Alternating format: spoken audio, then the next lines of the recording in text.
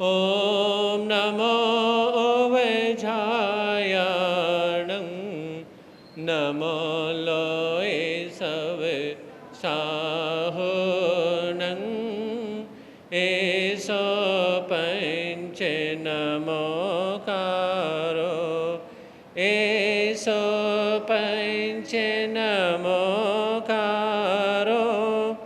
सब पावे पणासनो मंगलानं च संवेसिं पडेवमेहवै मंगलं मंगलानं च संवेसिं पडेवमेहवै मंगलं जिस भेष में जिस परिवेश में रहूं नमो अरिहंत नमो अरिहंत नमो अरिहंत कहूं जिस शान से जिस नाम से जिस जान में रहूं नमो अरिहंत नमो अरिहंत नमो अरिहंत कहूं जिस प्यारे से जिस ख्वारे से जिस संसार में रहूं नमो अरिहंत नमो अरिहंत नमो अरिहंत कहूं जिस ध्यान से जिस सम्मान से जिस जहान में रहूं नमो अरिहंत नमो अरिहंत नमो अरिहंत कहूं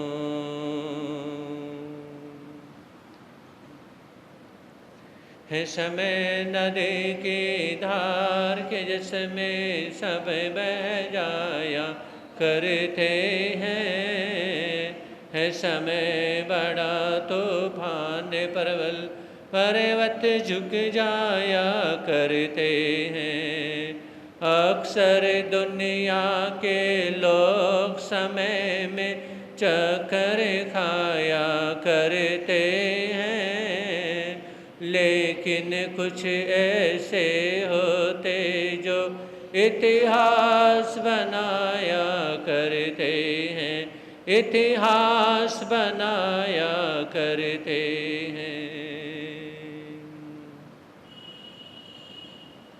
चरण तीर्थंकर शरमण भगवान महावीर स्वामी के चरणों में कोटि से वंदन अभिवंदन।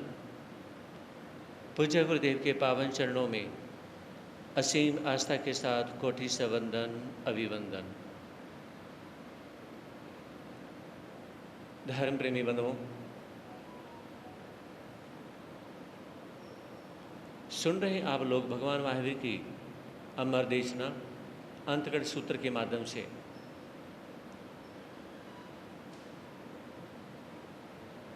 ऐसा अंतकड़ सूत्र जिसमें 90 आत्माओं का वर्णन दिया गया है जिन्होंने अपने कर्मों का अंत किया है, जिन्होंने अपनी दुश्मनी का अंत किया है।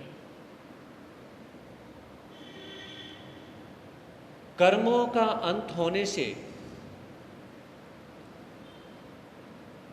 मोक्ष मिलता है हमारी आत्मा परमात्मा बनती है, लेकिन अगर जब तक दुश्मनी का अंत नहीं होगा, समझ रहे, जब तक दुश्मनी का अंत नहीं होगा तब तक, यानी कि कभी नरक में, तिर्यंच गति में, कभी कहीं हमारी आत्मा या सभी की आत्मा जाती रहेगी।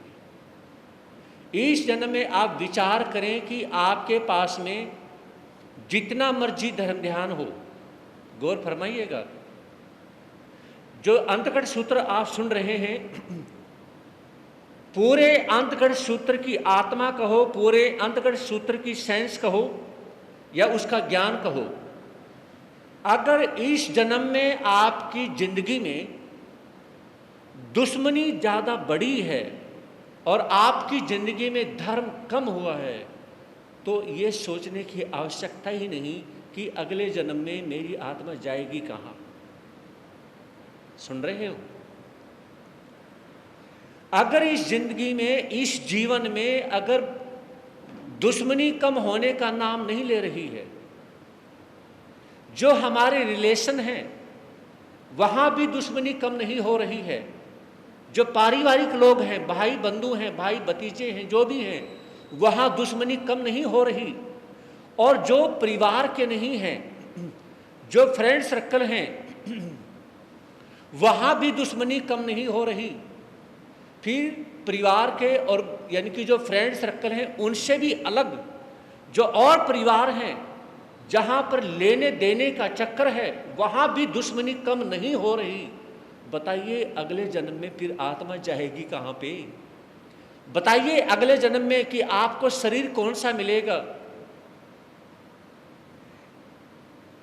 भगवान महावीर से राजा शरणिक ने पूछा कि प्रभु मेरी आत्मा कहां जाएगी? पहली नरक में।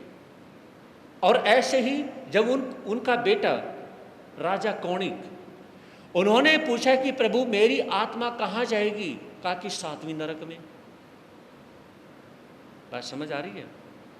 पिता ने पूछा मेरी आत्मा ये शरीर छोड़ के कहां जाएगी? पहली नरक में। और उसके बेटे ने, जिनका नाम था अभी बताया तो, राजा कौणिक, कौणिक ने पूछा कि मेरी आत्मा कहां जाएगी इस शरीर को छोड़ने के बाद में? कहा कि 7वीं नरक के द्वार खुले पड़े हैं, जब मर्जी चला जा। जब तक जिंदगी जी रहा है, जब तेरी उम्र 20, 30, 50 साल की जितनी भी उम्र है, मजे से जी। एक बार ये शरीर छोड़ने की जरूरत है आत्मा को। 7वीं नरक के द्वार खुले पड़े हैं, और 7वीं नरक में दुख, इतना दुख होता है, इतना दुख होता है कि एक बहुत बड़ा लोहे का पिंड हो, समझ रहे हैं? बहुत बड़ा लोहे का पिंड, तो सर्दी इतनी होती है कि वो जैसे चावल के दाने होते हैं ना, ऐसे फट जाए, वो इतनी ठंड होती है। अपने जो सियाचिन, ले लद्दाख यानी कि अपने देश में, वहां पर -45, दुनिया का कोई फ्रीज नहीं जो इतनी ठंड दे दे। और यानी कि जो चंद्रयान चंद्रमा पे गया है, वहां पर -250, वहां पर माइनस कितना है? 250 माइनस है वहां पे। लेकिन वहां पर भी जो चंद्रयान भेजा है, खत्म तो नहीं हुआ ना, इसका मतलब -250 को वो झेल सकता है। लेकिन 7वीं नरक में इतनी ठंड होती है, इतनी ठंड होती है कि वहां पर लोहे का पिंड हो, 50 टन का, 100 टन का, वो ऐसे फट जाएगा जैसे चावल के दाने होते हैं, ऐसे फट जाएगा। किस वजह से? ठंड की वजह से। इतनी ठंड होती है, समझ रहे हैं? और इतनी गर्मी होती है, इतनी गर्मी होती है कि आप जो कोयले की भट्ठी कहीं जलवाते हैं ना, शादी में कहीं, जब भी कोयले की भट्ठी का जो टेम्परेचर होता है वो 3000 डिग्री सेल्सियस होता है। कितना होता है? 3000 डिग्री सेल्सियस। और जो पानी उबलता है वो 100 डिग्री पे उबल जाता है, समझ रहे? शीशा 1400 डिग्री पे पिघलता है और लोहा 1600 डिग्री पे। लेकिन 3000 डिग्री सेल्सियस टेम्परेचर, क्योंकि मैंने बहुत गहराई से साइंस को पढ़ा है, तो 3000 डिग्री सेल्सियस लेकिन विचार करिए, साइंटिस्ट जो आज के समय में हैं, जो अब जिन्होंने यानी कि अपने देश के जो साइंटिस्ट हैं, उन्होंने भी क्या है, उन्होंने भी भेजा है सूर्य की क्या है, परिक्रमा करने के लिए, सूर्य को उसका पता लगाने के लिए। तो सूर्य के बारे में बताया कि 6000 डिग्री सेल्सियस टेम्परेचर उसका बाहर का और कई लाख डिग्री सेल्सियस उसके अंदर का टेम्परेचर है।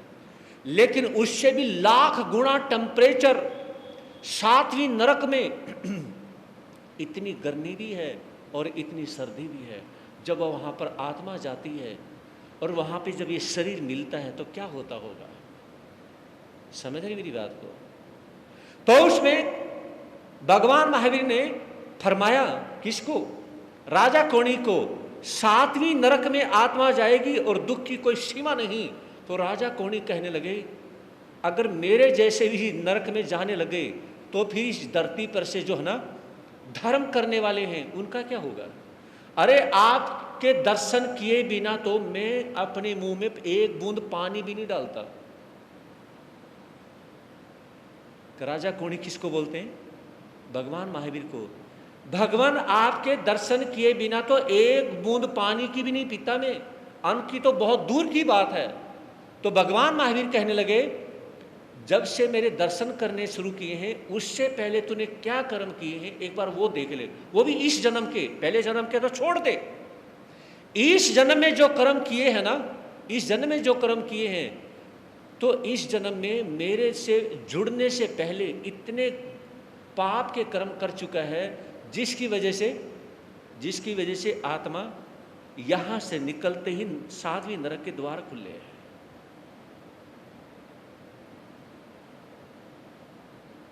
पसीना आ जाता है राजा कोणी को। कई बार जब हमारे दिल पे बात अटैक करती है और दिल पे बात अटैक करती है तो हमारे दिमाग में खलबली मचती है और दिमाग में वो बातें आती हैं जो पहले हो चुकी है, समझ रहे? वो हो चुकी हैं और वो बात आ जाए जो हमने बहुत गलत कर रखा हो किसी के साथ में, तो हम रामदेव की तरह लंबे सांस भरना शुरू कर देते हैं। प्राणायाम आ जाता है, साधना चैनल का प्राणायाम, समझ रहे मेरी बात को? प्राणायाम आ जाता है और उसमें जब लंबे सांस भरते हैं उसमें जनवरी के महीने में भी पसीना ऐसे आता है जैसे जून के महीने में आता हो। मैंने बहुत लोगों को देखा है, देखी हुई बात बता रहा हूं मैं, सुनी हुई नहीं बता रहा हूं। जून के महीने में पसीना कैसे आता है, ऐसे जनवरी के महीने में पसीना आता है जब कोई संत प्रवचन कर रहे हों और ऐसी बात आ जाए और किसी के दिल पे लग जाए और दिल पे लगती है और दिमाग में से वो बात निकल के आती है, बार बार अटैक करती है कि जो बहुत बड़ी गलती कर रखी है, पसीना चूना शुरू हो जाता है। ये जनवरी के महीने की बात है।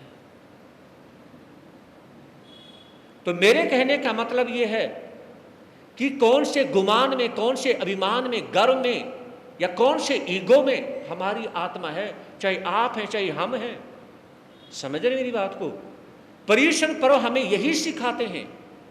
अब देखिए आपने क्या किया, अपनी पत्नी को बोला, अरे ओह इतने मच्छर हैं, ये देखो मच्छर ने काट लिया, और 2 दिन पहले भी काटा था और 15 दिन पहले यानी कि मुझे मलेरिया का बुखार हुआ था। ध्यान से सुनो मेरी बात को, मैं क्या कहना चाहता हूं। तो आज मुझे फिर मच्छर ने काटा। तुम सफाई करती नहीं करती घर की? पत्नी ने कहा कि सफाई तो करती हूं, मुझे ये बताएं पूरे घर में सफाई की कमी है? तो कहा कि सफाई की तो कमी नहीं है। पति और पत्नी ने देखा कि आप देखिए तो सही, नीचे से ऊपर तक सफाई की कमी है? कोई कमी नहीं है। फिर मच्छर कहां से आते हैं?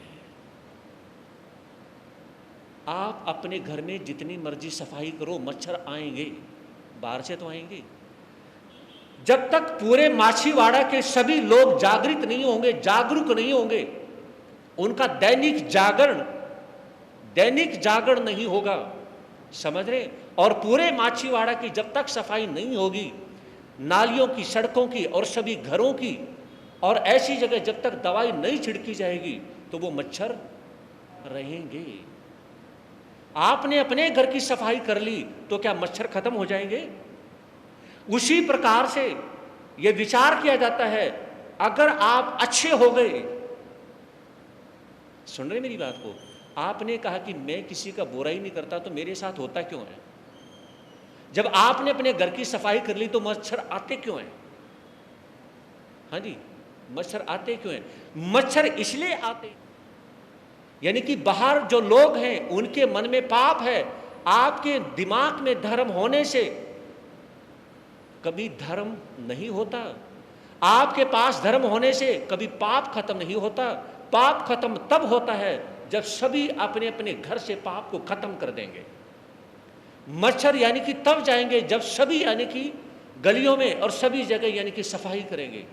तो ये विचार करने की आवश्यकता है। तो मेरे कहने का मतलब, आप ये विचार करें कि इस जन्म में और चातुर्मास के समय में भी और चातुर्मास में भी, इन परीक्षणों में भी आपकी दुश्मनी बढ़ रही है या आपका धर्म बढ़ रहा है? एक बार विचार करें मेरी बात के ऊपर। चातुर्मास का समय धर्म का समय, चातुर्मास में भी परीक्षण पर और परीक्षणों में भी अगर धर्म बढ़ रहा है या दुश्मनी बढ़ रही है, अगर परीक्षणों में भी दुश्मनी बढ़ रही है, समझ जाइए नरक मिलने वाली है और वो मिल सकती है। मैं गलत नहीं कह रहा हूं, चाहे वो मेरे लिए है, समझ रहे हैं, चाहे वो आपके लिए है। अगर परीक्षणों में भी दुश्मनी आपने बढ़ाई है तो नरक का बंधन कहीं नहीं जा सकता है।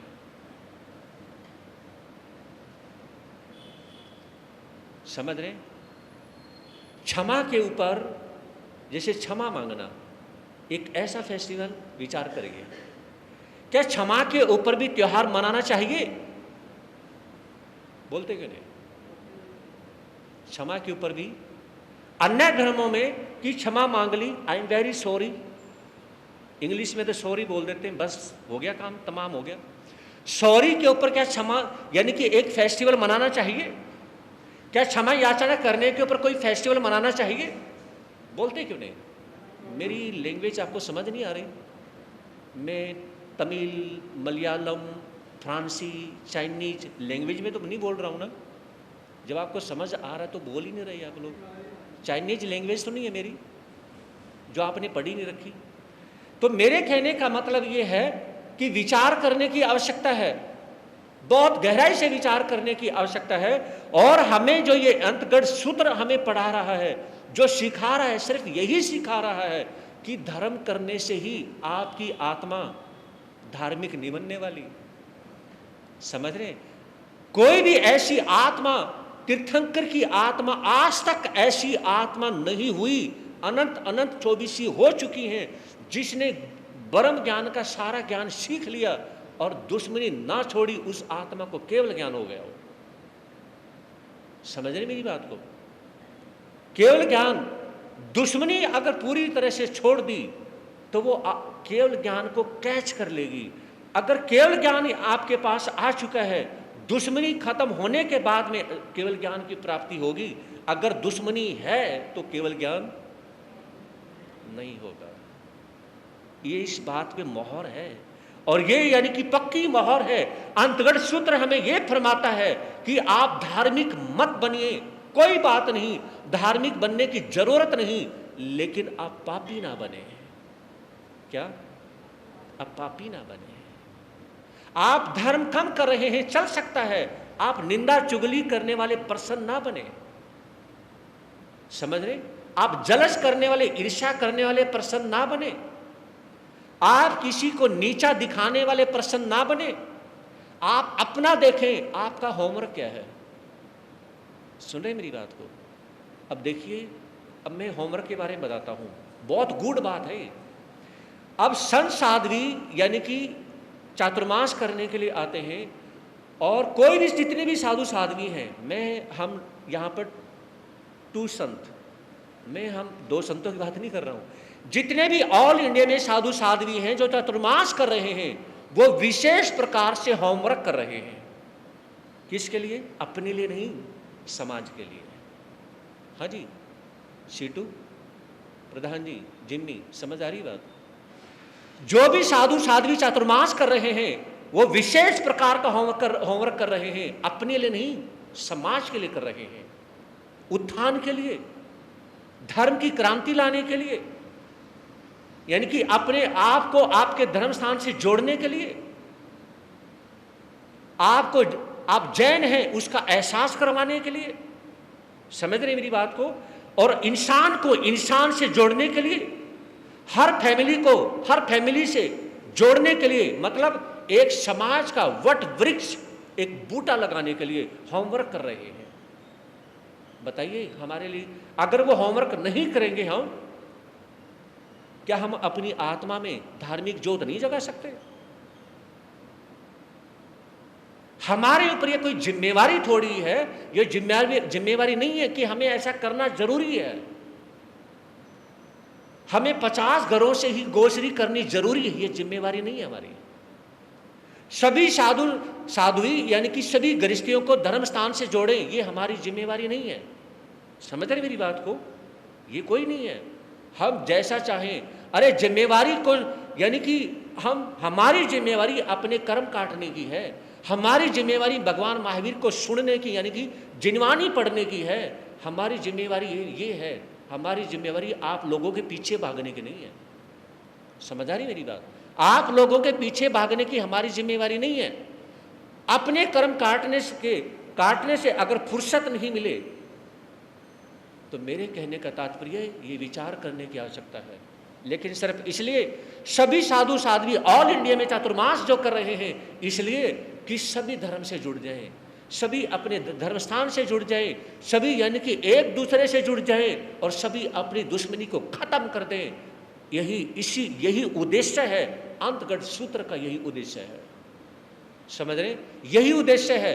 अगर आप अलग अलग यानी कि साधु साधुओं के पास में आएंगे, वो उसकी बात बोलेगा, वो उसकी बोलेगा, आपने क्या परिश्रम बनाए? बताओ, क्या परिश्रम बनाए?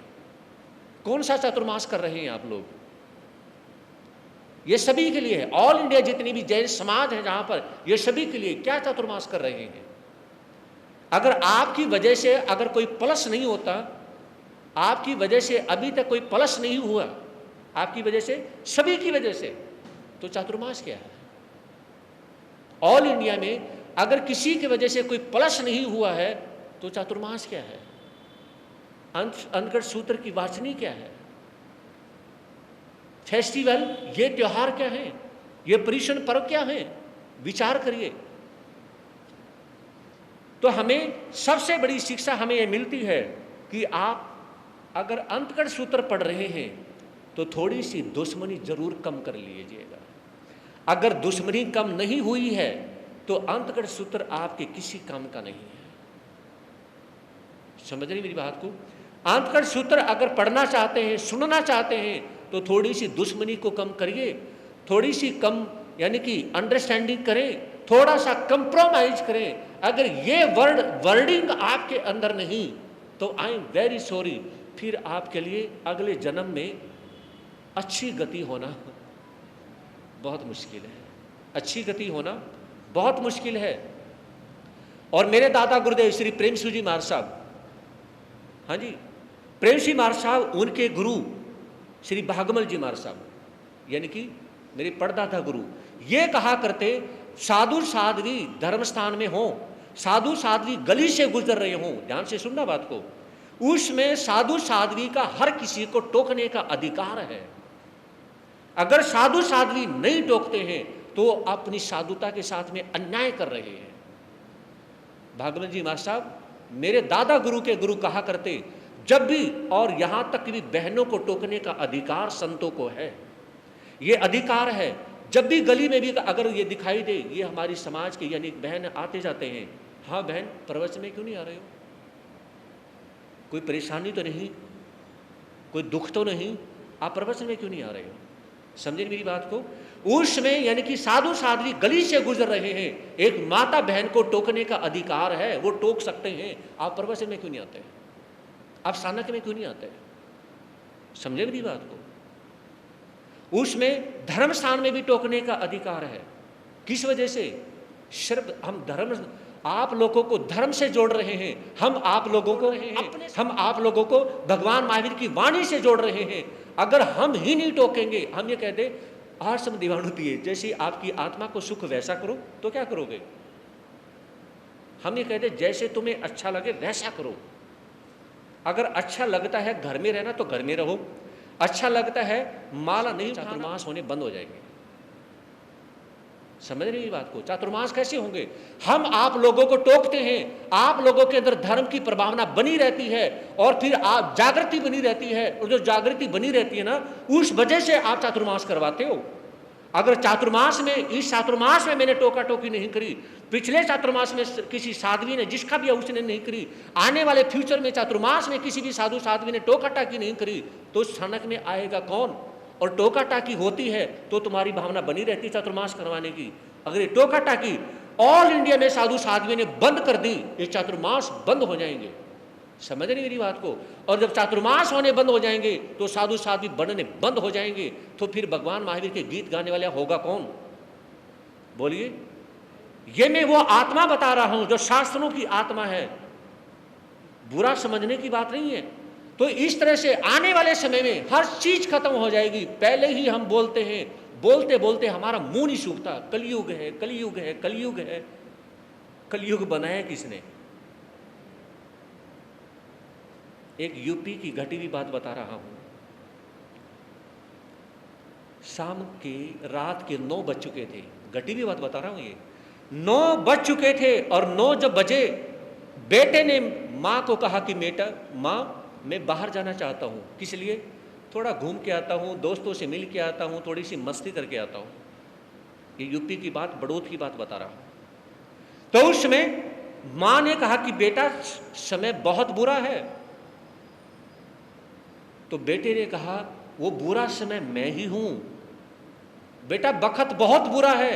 माँ वो बुरा बखत मैं ही हूं।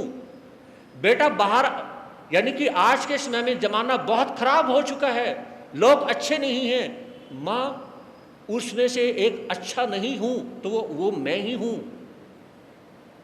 तो माँ कहने लगी बेटा फिर तो जल्दी से चला जा, फिर मुझे कोई टेंशन नहीं। इस बात की जो गहराई की जो सेंस है ना, वो पकड़िएगा। कहा कि मुझे कोई टेंशन नहीं। शेरनी एक बच्चे को पंचतंत्र, अब मैं आपको ग्रंथ बता रहा हूं, पंचतंत्र मैंने ग्रंथ मेरे पास अभी भी रखा हुआ है और कई बार पढ़ने का मौका मिला है। मोटा संस्कृत का ग्रंथ है और गुरुदेव की आशीर्वाद से, भगवान के आशीर्वाद से लगभग 50-60 यानी कि शास्त्रों का जो स्वाध्याय किया, उसमें आता है कि एक शेरनी एक बच्चे को जन्म देने के बाद में निर्भय होकर मस्ती में सोती है, और एक भेड़ 100 बच्चों को जन्म देने के बाद में भी डरती है कि कोई आके मेरे बच्चे को मार ना दे। तो माँ ने कहा कि मुझे कोई डर नहीं, जा फिर, अगर समय बुरा है तो औरों के लिए है, मेरे बेटे के लिए नहीं। और 2 घंटे के बाद में जब उसका बेटा आता है तो माँ ने यही नहीं पूछा बेटा कैसे हो। बेटा कहने लगा माँ आपने ये, और हर रोज पूछती थी बेटा कैसे हो, आज आपने नहीं पूछा। तो उसमें माँ कहने लगी बेटा जब जाते समय आपने ये कहा था ना कि जो बुरा समय है वो मैं ही हूं, तो फिर पूछूं किससे? हाँ जी, पूछूं किससे? मुझे पता है कि मेरा बेटा इतना बुरा है, किसी और को शर्माने की जरूरत है, किसी और को अपने आप को बचाने की जरूरत है, किसी और को घर से बाहर निकलते समय सोचने की जरूरत है। मेरे बेटे को घर से बाहर निकलते समय सोचने की आवश्यकता, बोलते क्यों नहीं? सोचने की आवश्यकता नहीं है। एक आतंकवादी को सोचने की आवश्यकता नहीं है कि मैं घर से बाहर निकलूंगा कोई मुझे शूट कर देगा, कोई मुझे मार देगा, उसको जरूरत नहीं है। वो जरूरत है अच्छे इंसान को सोचने की आवश्यकता है। तो उसमें माँ ने कहा आज के बाद मैं कभी नहीं पूछूंगी क्या कि तू कैसा है, क्या आप मुझसे प्यार नहीं करती? मुझे नहीं पता मैं प्यार करती हूं नहीं करती, लेकिन आज के बाद मैं नहीं पूछूंगी तू कैसा है, क्योंकि मुझे पता है तुझे कोई डर नहीं है, किसी और को शर्माने की, रुकने की जरूरत है, तुझे तो जरूरत ही नहीं है। तो बेटे ने कहा कि मुझे तो बहुत बुरा लगेगा कि आप मेरे से यह भी नहीं पूछोगे कि बेटा कैसे हो, क्या मेरे सिर पे हाथ नहीं रखोगी? नहीं रखूंगी मैं तेरे सिर पे हाथ, और नहीं पूछूंगी तू कैसा है। बेटे को आंसू आते हैं, रोता है और माँ के पैर पकड़ लेता है, ऐसा तू मत करो, आपने अगर मुझसे पूछना ही बंद कर दिया कि बेटा कैसे हो, तो ये तो बहुत गलत है। गुरु ने शिष्य से पूछना बंद कर दिया कि बेटा कैसे हो, इसका मतलब आशीर्वाद खत्म हो चुका है। माँ ने बेटे से पूछना बंद कर दिया या पिता ने पूछना बंद कर दिया, तो इसका मतलब उनका प्यार, बोलते क्यों नहीं, खत्म हो गया।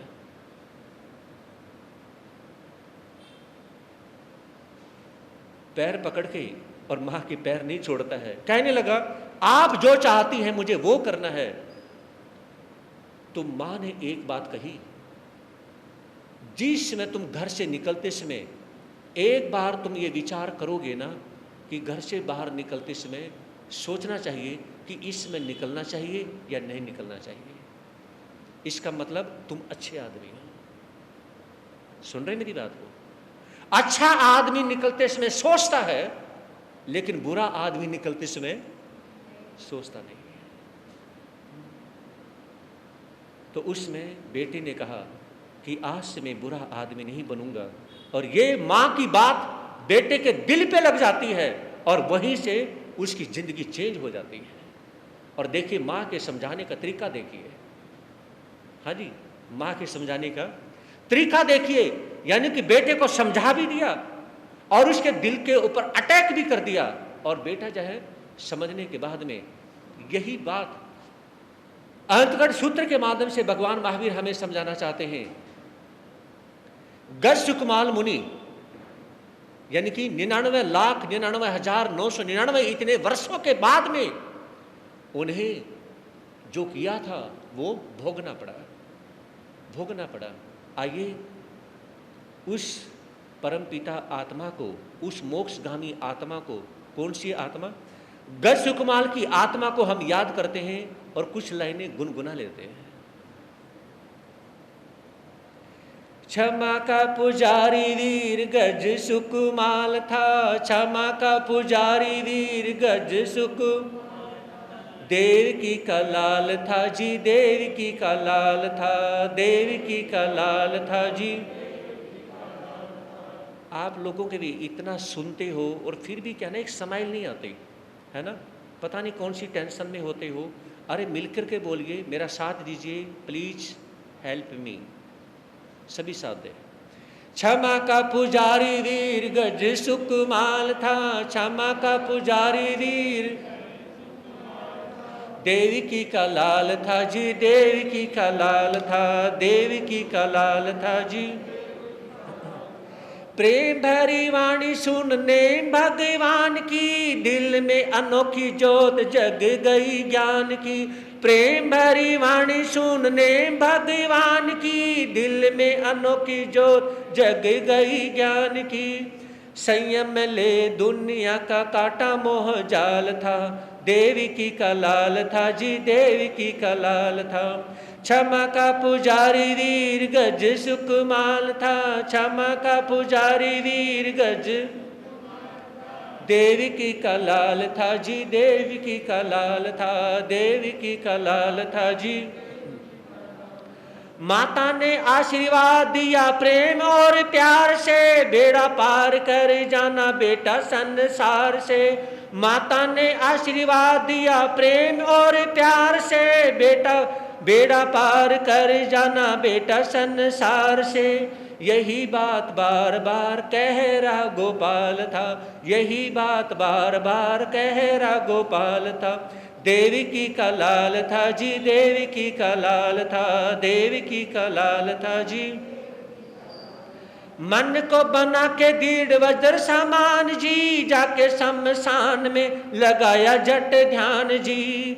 मन को बना के दृढ़ वज्र समान जी, जाके शमशान में लगाया जट ध्यान जी। सो मिल वहाँ पे तब आया तत्काल था, सो मिल वहाँ पे तब आया तत्काल था। देवी की का लाल था जी, देवी। क्षमा का पुजारी वीर गज सुकमाल था, क्षमा का पुजारी वीर गज सुक, देवी की का लाल था जी, देवी की का लाल था जी। गुस्सा एक पल भी न लाए मुनि मन में, कर गए चंदन वे बेड़ा पार क्षण में। गुस्सा एक पल भी न लाए मुनि मन में, कर गए चंदन वे बेड़ा पार क्षण में। शांत स्वभाव कैसा उनका कमाल था, शांत स्वभाव कैसा उनका कमाल था। देवी की का लाल था जी, देवी की का लाल था। क्षमा का पुजारी वीर गज सुकमाल था, क्षमा का पुजारी वीर देवी की का लाल था जी, देवी की का लाल था, देवी की का लाल था जी। गज सुकुमाल। जब उनके सिर पर अंगारे रखे जाते हैं, वो सिर्फ अपने कर्मों की तरफ ध्यान जाता है कि जैसे कर्म किए हैं वैसे वैसे ही कर्म मेरे सामने मेरे साथ में आ रहे हैं।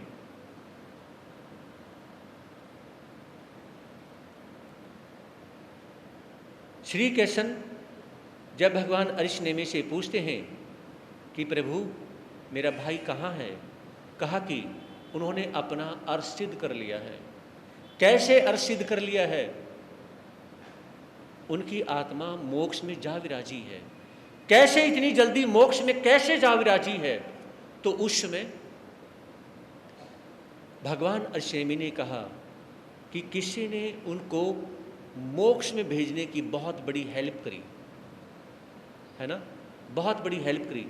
भगवान महावीर ये फरमाते हैं कि अगर आप कर्म काटना चाहते हैं, कर्म काटना चाहते हैं तो उसमें अगर हमारे साथ में बुरा होता है उसको हम हंस के सहन करते हैं, समझे नहीं?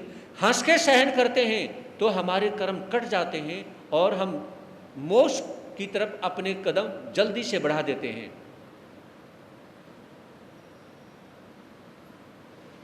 तो उसमें श्री कृष्ण पूछते हैं कि मोक्ष में जाने के लिए उनको सहायता कैसे मिली? तो उसमें भगवान अरिष्नेमी कहने लगे कि सुनो, जब रथ पर सवार होकर के और सैकड़ों सैकड़ों नौकर चाकर जो सेना के लोग थे उनके साथ जब आप निकलते हैं मेरे पास आने के लिए, समझ रहे हैं?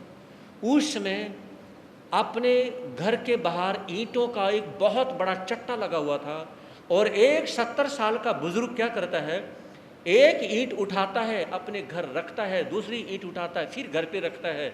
जब आपने ये देखा कि अरे ये बुजुर्ग है, ये इतनी सारी 4-5 हजार इतनी ईंटें हैं, इनको कब तक रखता रहेगा और ये तो परेशान हो जाएगा, तब आपने क्या किया, एक ईंट उठा करके जैसे ही घर के अंदर रखी, पीछे सैकड़ों हजारों जो सैनिक थे, 2-2 ईंटें भी उनके बांटे में नहीं आई और उन्होंने सभी ने क्या कर दिया, ईंट उठा करके रख दी।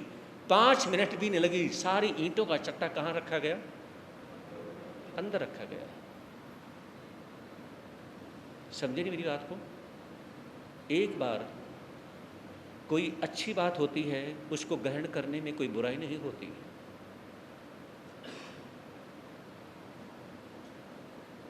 क्रिकेट टीम के कप्तान जब महेंद्र सिंह धोनी थे तो 2-3 खिलाड़ियों ने जब इस तरह से आउट होना और इस तरह से कैच छोड़ना किया तो महेंद्र सिंह धोनी ने उनके कंधे पे हाथ रखते हुए, जिनको यानी कि क्रिकेट की दुनिया में वर्ल्ड में उनको कूल कैप्टन माना जाता है, और मेरा भाव रहता है अपनी भारत की, अब इंडिया में नहीं, भारत की ऑल न्यूज़ जितनी भी है, स्पोर्ट्स, राजनीति, नेशनल इंटरनेशनल जितनी भी न्यूज़ है, हर रोज़ मुझे चाहिए ही चाहिए। तो कंधे पे हाथ रखे महेंद्र सिंह धोनी कैप्टन कूल कहने लगे, कोई बात नहीं, आज जो हो गया सो गया, आगे से हमें ये मैच जीतना है।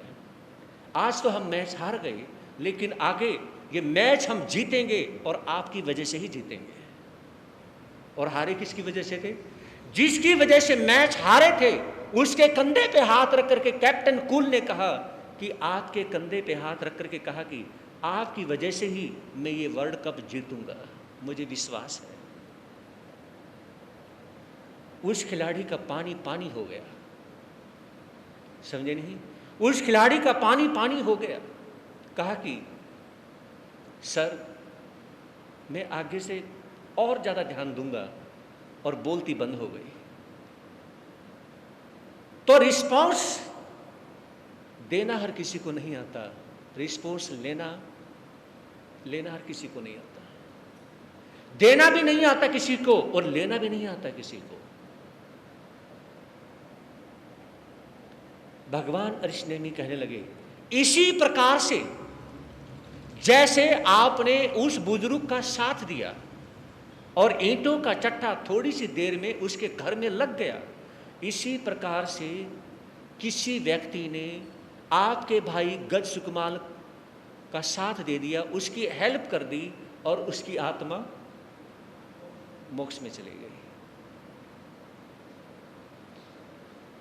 लेकिन उसकी हेल्प कैसे करी थी? सिर के ऊपर अंगारे रखे थे। लेकिन भगवान अरिष्टनेमी कहने लगे कि उन्होंने यानी कि संभाव के साथ में सहन किया, करने वाले ने कर दिया और संभाव के साथ में सहन किया, तो उससे उसका अर्थ सिद्ध हो गया और इसी प्रकार से उस व्यक्ति ने उसकी हेल्प कर दी।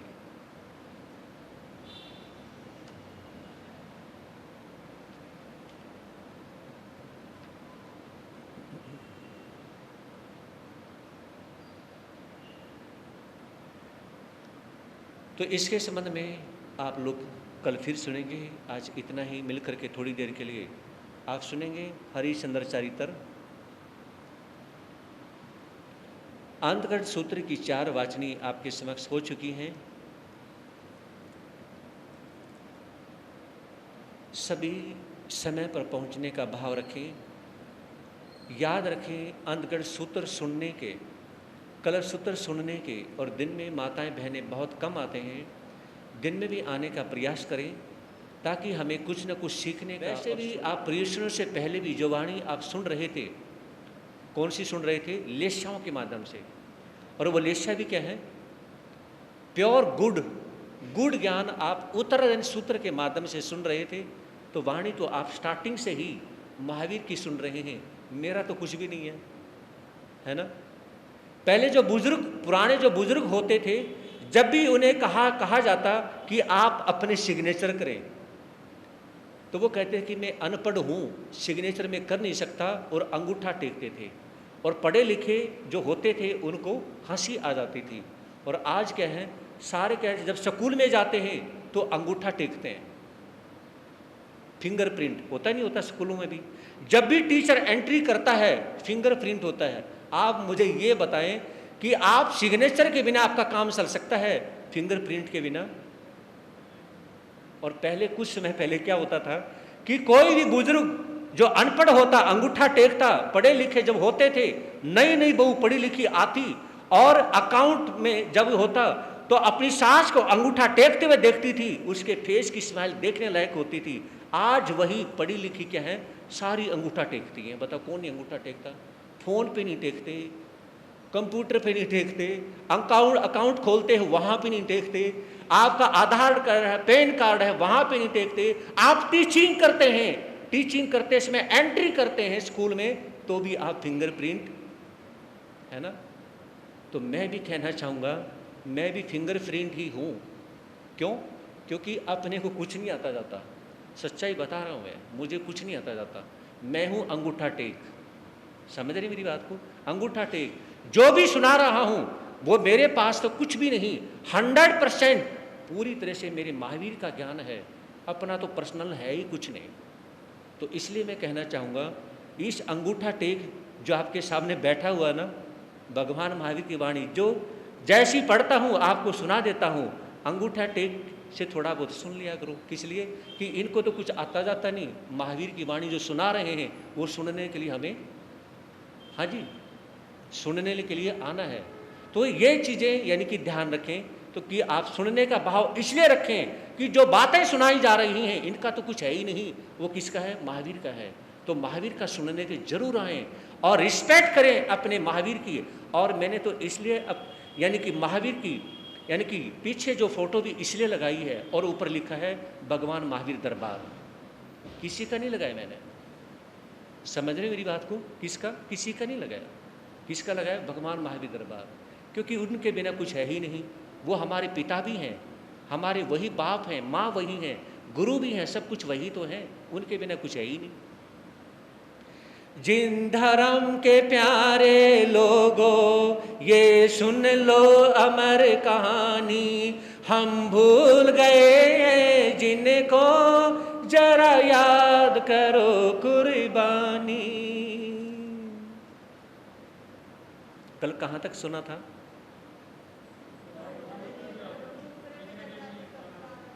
तारा काशी के चौराहे पर अपने सिर के ऊपर घास के सूखे तिनके रख लेती है और आत्म विक्रय करती है। और यह फेमस था काशी का चौराहा। सभी जानते थे कि यहां पर कोई खड़ा हो गया, वो अपनी अस्मिता, अस्मिता किसको कहते हैं? रिस्पेक्ट। अपनी अस्मिता से खेल रहा है, अपनी सेल्फ रिस्पेक्ट से खेल रहा है। अपनी सेल्फ रिस्पेक्ट को जिसने टॉय बना दिया है। टॉय बनाने वाले जो लोग होते हैं, बहुत से तो मजबूरी में बिकते हैं।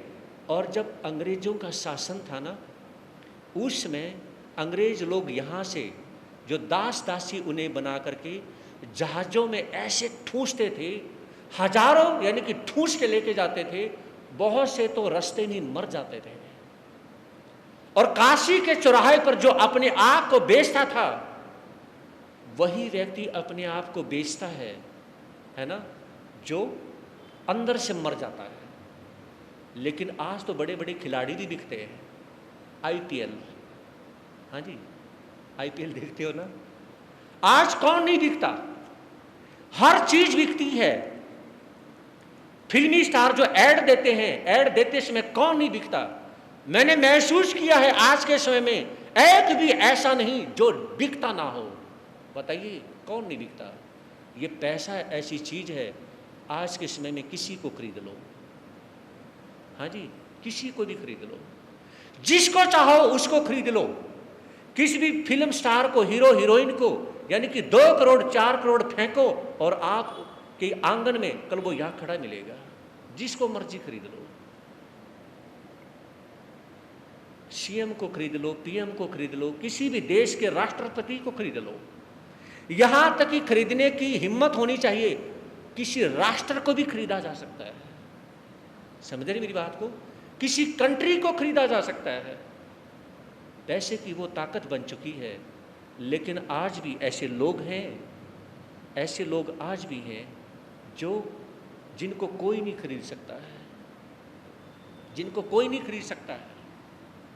मुझे एक बात उसमें बहुत अच्छी लगी थी, जब सचिन तेंदुलकर को ये कहा गया कि आप क्या करें, शराब की ऐड करें, तो उन्होंने कहा कि मैं शराब की ऐड नहीं करूंगा।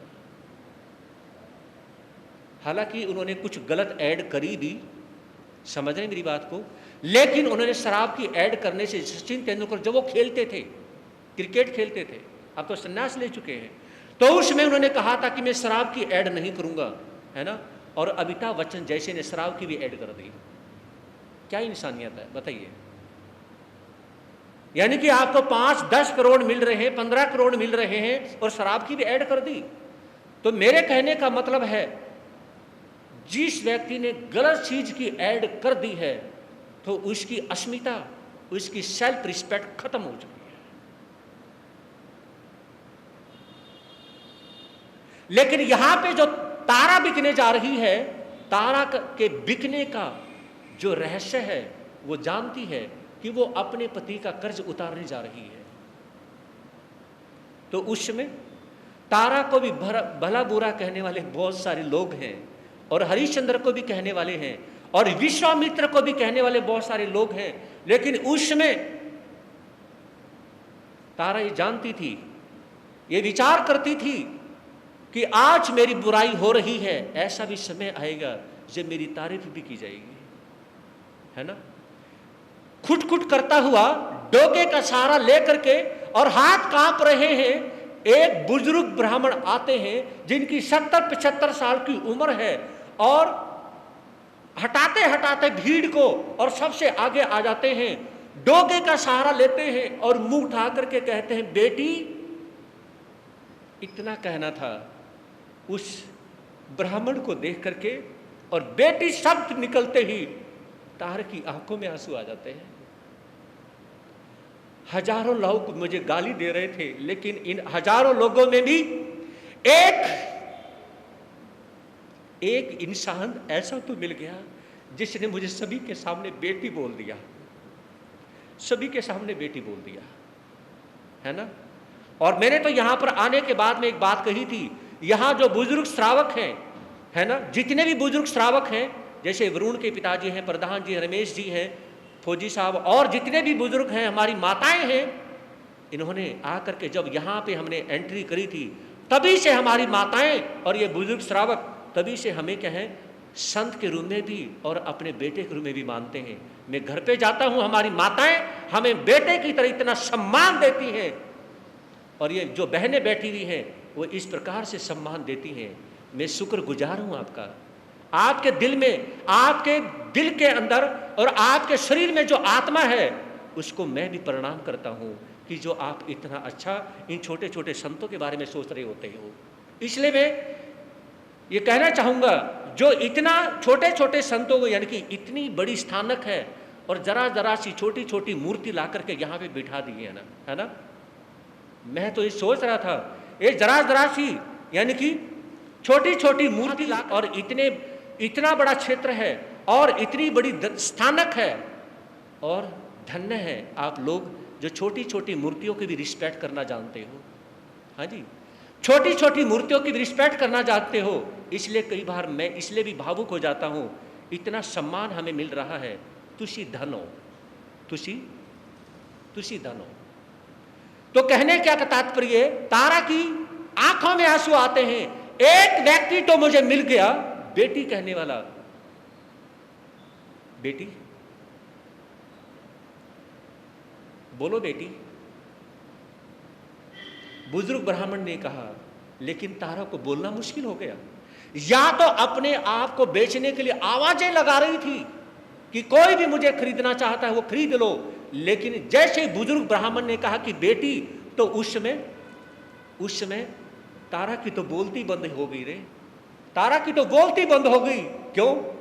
जब कोई प्यार करने वाला होता है ना, साथ देने वाला होता है, तो रोना आ ही जाता है। हाँ जी, जब साथ देने वाला कोई व्यक्ति मिल जाता है और हाथ पकड़ने वाला मिल जाता है, अगर हम छोटे हैं और सिर पे हाथ रखने वाला मिल जाता है, तो रोना आ ही जाता है। और मैंने एक दृश्य देखा, एक आंखों देखा दृश्य बता रहा हूं। दीक्षा से पहले किसी की शादी में, किसी के बारात में जाना हुआ।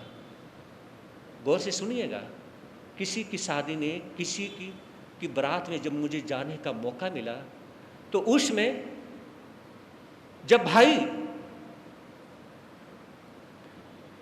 यानी कि उस नगरी में एक भाई जब अपनी बहन के घर पे भी जाता है, वहां पर उसकी बहन की शादी हो रखी थी, शादी में जाता है, लेकिन वहां पर पास में उसकी बहन का घर था। और मैं भी जब साथ में उसकी बहन के घर पे जब गया ना, तो उसमें हुआ क्या, बहन छोटी थी और भाई बड़ा था। शादी से पहले भाई बहुत लड़ता था, मैं तो अपनी बहन के घर पे जाऊंगा नहीं, बहुत लड़ता था। लेकिन आज जब भाई अपनी बहन के घर पे गया, और हरियाणा की कहावत ये है कि जब शादी के बाद में भाई अपनी बहन के यहाँ पे उसकी ससुराल में जाता है ना, तो वो अपनी बहन के सिर पे हाथ रखता है, और बहन बड़ी होती है तो वो अपने भाई के सिर पे हाथ रखती है। समझ रहे? ये आपको मैं हरियाणा की रीति रिवाज बता रहा हूँ, समझ रहे? तो भाई ने जब अपनी बहन के सिर पे हाथ रखा, बहन छोटी थी, कई साल छोटी थी, तो उसमें बहन को रोना आ गया।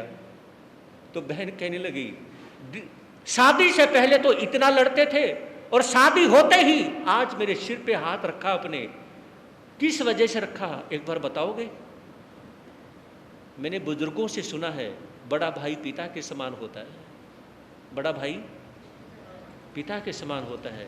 ये हमारे हरियाणा की रीति रिवाज में बता रहा हूं। तो उसने कहा कि आप भाई भी हैं और आपने जिस दृष्टि से हाथ रखा है, उस दृष्टि से जिस सम्मान से अपने हाथ रखा है, उसको कभी मिस देखा। मैंने विचार किया, मुझे भी किसी का प्रशंसक बनना है, मुझे भी ऐसे ही फैन बनना है, मुझे ही, यानी कि प्लीज हेल्प मी नहीं, प्लीज यूज मी। आज से मेरे भी यानी कि जिंदगी में, वैसे तो पहले से ही था प्लीज यूज मी, लेकिन आगे से रहेगा, मैं किसी के लिए यूज हो सकता हूं, किसी के लिए अच्छा यूज हो सकता हूं, तो आज से उस पर और पक्की मोहर लग गई।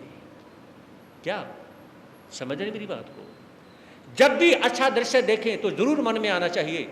उसमें तारा से बोला नहीं जाता है, लेकिन बुजुर्ग ब्राह्मण बार बार बोलते हैं, बेटी बोलो तुम बिकने क्यों आई हो? तारे ने कहा कि पिताजी, उसने भी पिताजी कहा, पिताजी ये मत पूछना मैं बिकना क्यों चाहती हूं। बेटा बेटी वो तो मैं देख के समझ गया था, आप अच्छे खानदान से हो, अच्छे परिवार से हो, बस मैं ये कहना चाहता हूं, मैं आपको खरीदना चाहता हूं, लेकिन बेटी बुरा मत सोचना, इसलिए खरीदना चाहता हूं, तेरी अस्मिता, तेरी सेल्फ रिस्पेक्ट कोई दूसरा बर्बाद ना कर दे। किसी ऐसे अनाड़ी के घर पे आप ना बिक जाओ, क्योंकि आपका बिकना मजबूरी है। इसलिए मैं ये चाहता हूं कि मैं क्या करूं, मैं तुझे खरीद लूं और मेरे घर में बेटी बन के रहे। हाँ जी, मेरे घर में बेटी बन के रहो, लेकिन बेटी एक तरह से मुझे माफ भी कर देना कि आपने 1000 सोने की मोहरें मांगी हैं। बेटी मेरी जेब के अंदर सिर्फ 500 मोहरें हैं, मेरे पास पोटली में मेरी जेब के अंदर 500 मोहरें हैं। अगर ये कहो तो 500 मोहरों में खरीद सकता हूं बेटी, इससे ज्यादा मेरे पास और सोने की मोहरें नहीं हैं, मुझे माफ कर देना, मुझे माफ कर देना, मैं इससे ज्यादा सोने की मोहरें दे नहीं सकता, क्योंकि मेरी जो कमाई है जिंदगी की वो 500 सोने की मोहरें हैं। कहो तो अभी गिन के दे दूं। इतना था और उसमें तारा भावुक हो जाती है, कहने लगी, पिताजी कम से कम इतना तो आपने किया, आज एक जीने का सहारा मिल गया। ये कहते हैं घर में, किसी के घर में जब डेथ हो जाए ना, उसमें कोई व्यक्ति सहानुभूति के बोल दे, कंधे पे हाथ रख करके ये बोल दे कि जब भी तुझे जरूरत पड़े ना मैं तेरे साथ हूं, अपने आप को अकेला मत समझना, ये बोल उसको सुसाइड करने से रोक सकते हैं। ये बोल हो सकता है कि उसके घर में जो डेथ हुई है उससे वो बहुत ज्यादा प्यार करता हो सकता है उसके प्यार में खुद को भी खत्म कर ले, लेकिन हो सकता है उसको एहसास हुआ हो, क्या मेरा तो अब कुछ कोई है ही नहीं। आपके सहानुभूति के बोल उसको सुसाइड करने से रोक सकते हैं, उसमें उस गम से वो निकाल सकते हैं। भले ही 10 दिन के बाद में आप उसे शक्ल भी ना दिखाओ, उसके बाद फोन भी ना करो, लेकिन आपने उस समय तो सुसाइड करने से रोक दिया ना। बस इतना है, कल जैसा समय होगा कल फिर सुनेंगे। ओम शांति। चमत्कारी बाबा परम सेवा भाई पूज्य गुरुदेव श्री प्रेम शिव जी महाराज की, उपाध्याय पर श्री रविंद्र मुनि जी महाराज की, सर्वधर्म दिवाकर श्री रमणीक मुनि जी महाराज की, प्रज्ञा मेरे श्री पूज्य गुरुदेव श्री उपेंद्र मुनि जी महाराज की, जैन धर्म की। श्री चत्तारी मंगवरिंता मंगलम सिद्धा मंगलम सौ मंगलम केवली प्रणंतो धम मंगलम, चत्तारी लोगतमा रियंता लोगतमा सिद्धा लोगतमा सौ लोगतमा केवली प्रणंतो धम लोगतमा, चत्तारी शरणम पवजामि अरिहंते शरणम पवजामि सिद्धे शरणम पवजामि सौ शरणम पवजामि, केवली प्रणंतो धम्मो शरणम पवजामि अरिहंतों का शरण, सिद्धों का शरण, साधु का शरण, आध्यात्म का शरण, ये 4 शरण दुख हरण जगत में और न शरणा, जो भव प्राणी करे आचरण उसे अजर अमर पद होगा, उसका सदा ही